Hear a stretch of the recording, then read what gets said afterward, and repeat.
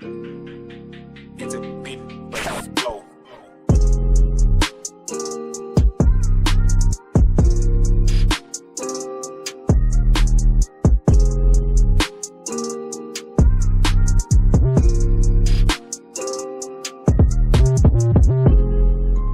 Today we finally get to start tearing into the daily and give it all the TLC that it has been needing for quite a while. I'm so excited for this episode. Got a bunch of new parts over here that I showed you in the last episode for it. And we're gonna be fixing some of the main issues that this car has right now. One of which is that the radiator has sprung a leak along the top, and it's definitely getting worse. It's the point where it's dripping on the ground quite a bit once the car gets completely warmed up. So we have a brand new TYC radiator right here, and in this mess of stuff we also have a new control arm because one of our ball joints has a lot of play in it. We got new serpentine belts and some other stuff that has yet to be delivered. So without further ado, let's go ahead and finally unbox this radiator because I'm curious to see what a brand new TYC one looks like.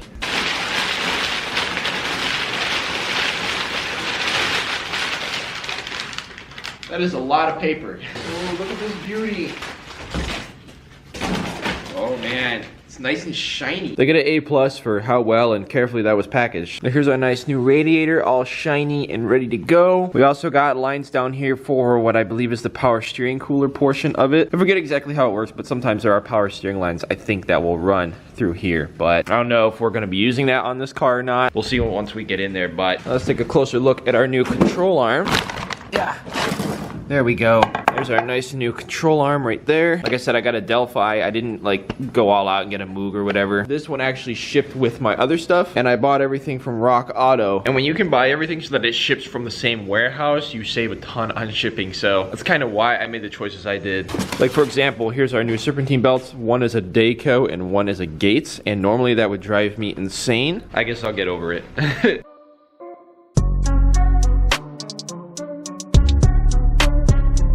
Okay, with the front end off the ground and the hood up, we can go ahead and start tearing into this one. Gotta start by draining the coolant, of course, and then we're gonna remove the 4 bolts here in the grill. And then there's, I believe, 6 bolts in our upper radiator support right here that are gonna come off. And also this needs to come out of the way, but that's easy enough. From there, it's just removing the radiator hoses and then deciding what I'm gonna do about the separate coolers and if I'm gonna separate them or what I'm gonna do. We'll cross that bridge when we finally get to it here.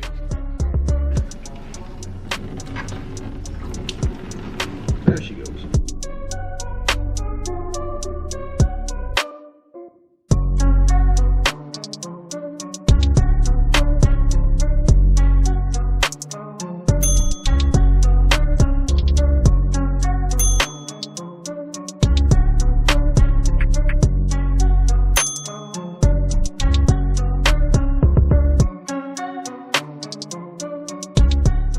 I ran into a slight issue, and that is that 3 of these bolts were so rusty and corroded in there they did not want to come out, and when I was slowly backing them out with a wrench, they completely snapped off, as you can see, which really sucks. And it wasn't just 1 bolt. Like, if it was 1 bolt, it would bother me, but I could kind of get away with it, but 3 of them completely snapped off. You can see 1, 2, and 3. So we're gonna have to do something about that later on in this video. What I might try to do is, this is actually just a nut that's welded to the other side here. You can't really see it because I don't have a light. I'll show you later, but what I might be able to do is carefully grind that off while we have everything apart, and just use another nut on the other side, pull it with a wrench, and use that to tighten the upper radiator support on with a new bolt. I don't know, we'll see, but that kind of sucks.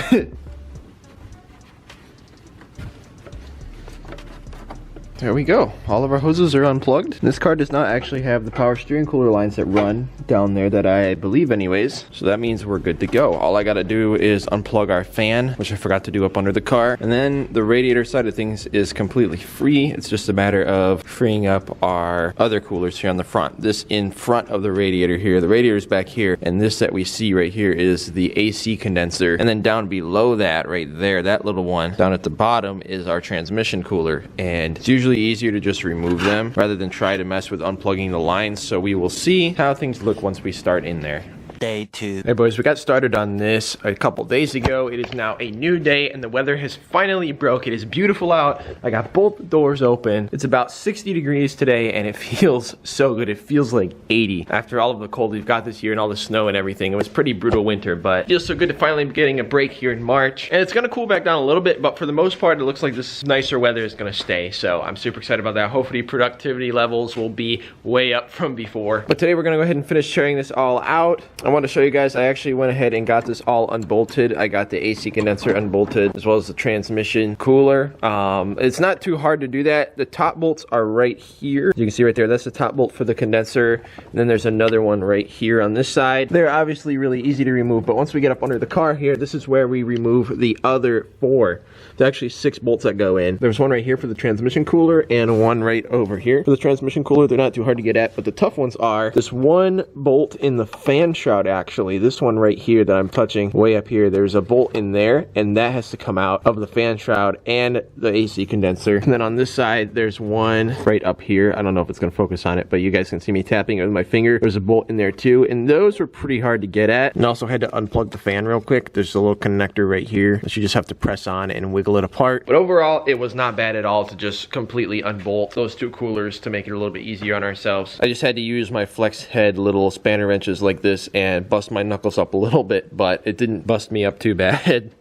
So for now, I'm going to go ahead and try to lift out the radiator portion of this by pulling up on it.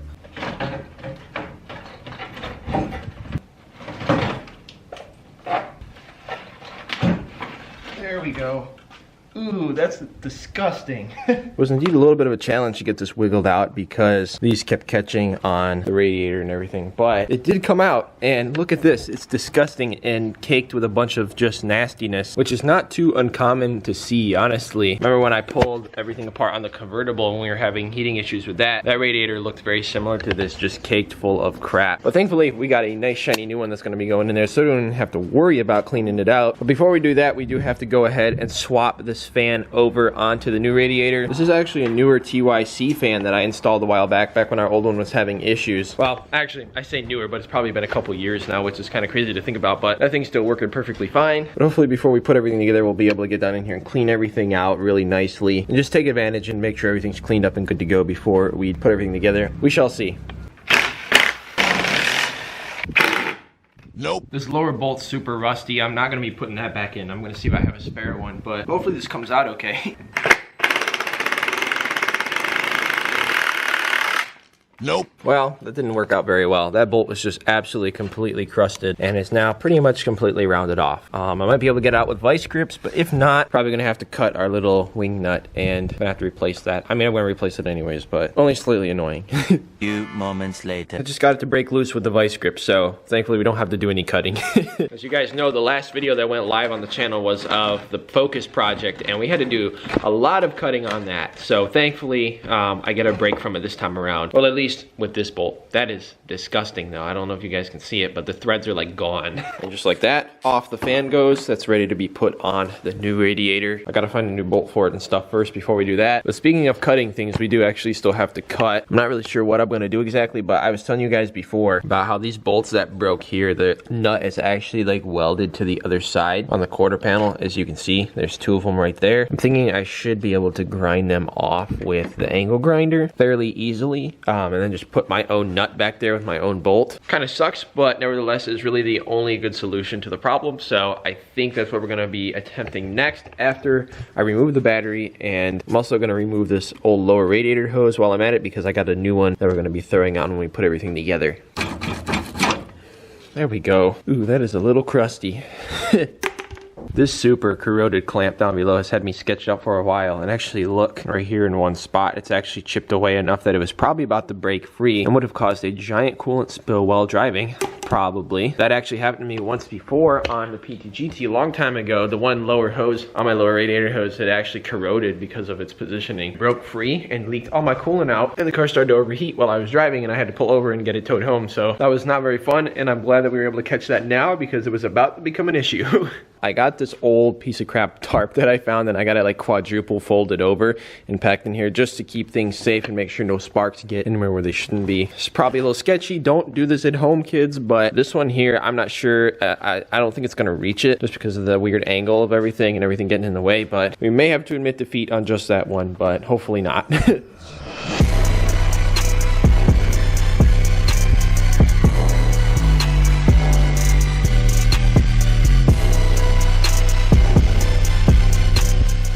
All right, got all our bolts grinded out. This one was definitely a bit of a challenge, and I accidentally cut a little bit up here. I don't know if you can see. You can kind of see the little slit that I cut there. Not a big deal. It's not gonna like structurally impact anything, but it just bothers me personally. But I was able to get that nut ground off as well as this one. This one I was not able to get up in there and grind off because of like the radiator, the thermostat there and everything, and just the stuff in the way. I didn't feel good about trying to fit a grinder in there anyway. So what I did do is get a drill bit out, and I was able to actually drill through pretty easily, but it's still gonna bother me that I can't completely grind the nut off and put a new one there, but at least I'll be able to like maybe put a longer bolt through or something with a nut on top of the nut that's in there or something. I don't know, but it's better than nothing, I guess.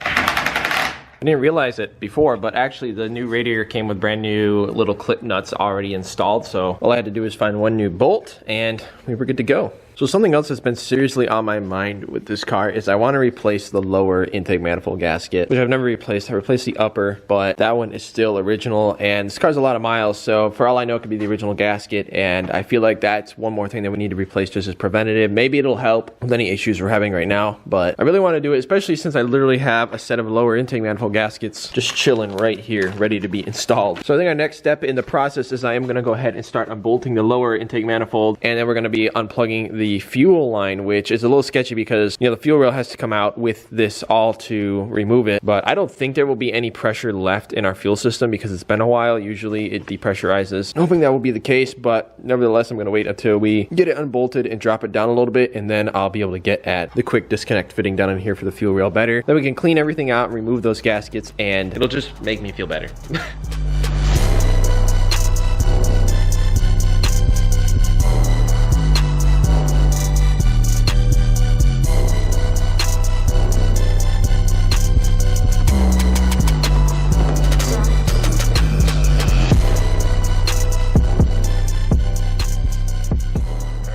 Finally, out comes our lower intake manifold. That was a bit of a pain.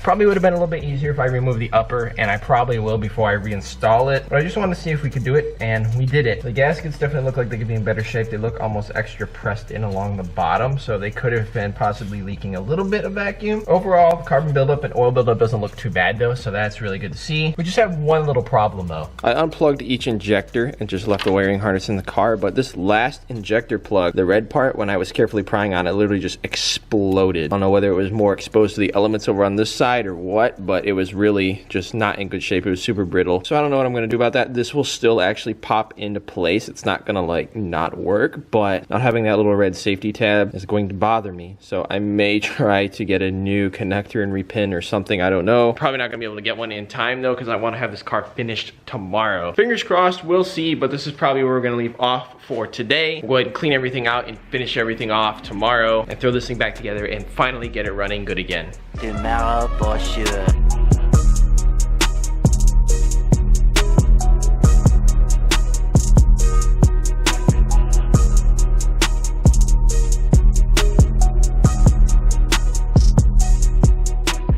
Got our gasket mating surface all cleaned up and got every bit of residue off. I used a little plastic, like it's like a wire brush, but it's plastic bristles, and it works really good for stuff like that. Also cleaned up our intake some. I thought about taking the fuel rail off and like completely power washing it or something, but instead I just stuck with the intake cleaner and cleaned up some of the nasty goop on it and cleaned out the intake itself of any like carbon that I could find in there and get out. Now that that's done, we can go ahead and install our gaskets in here and go ahead and throw this back in and get this car thrown back together finally.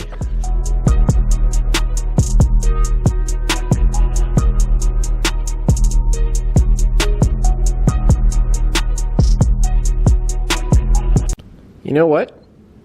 Screw it. I think we're ready for the radiator.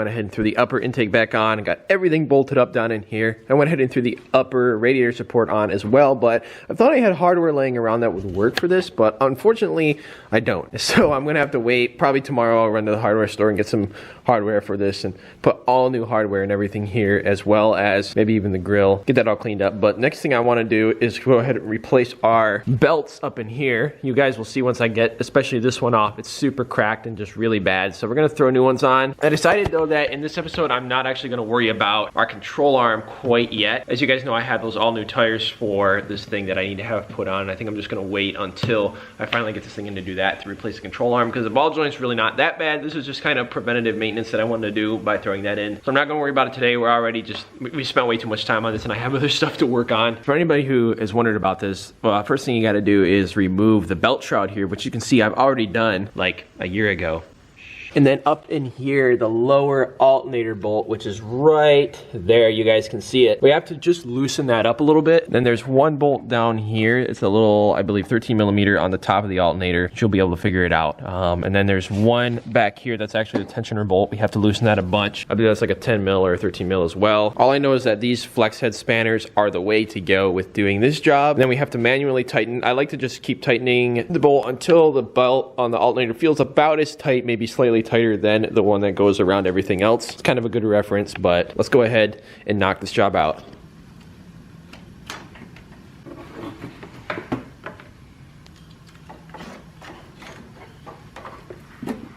Got both of our belts out of the way, and as you guys can see, this one has some major cracking going on. This belt is bad, and this one here is not a whole lot better. I believe this is a newer alternator belt that I threw on this car though, but it still doesn't look like it's in the best shape. It looks like it's a little worn.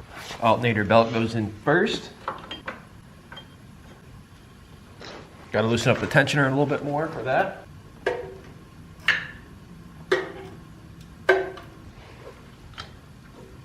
There we go. Finally got the belt fully on.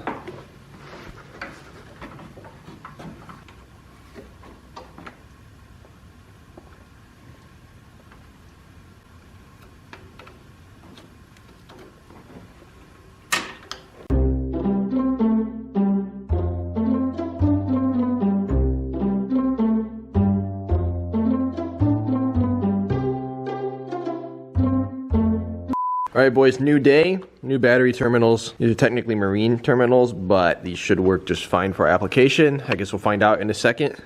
A few minutes later, got them thrown in. They actually worked really well, and I'm kind of excited because these are nice, and if I ever have to disconnect the battery again, all I have to do is spin this little wing nut off. Pretty cool. I think we're finally ready to go.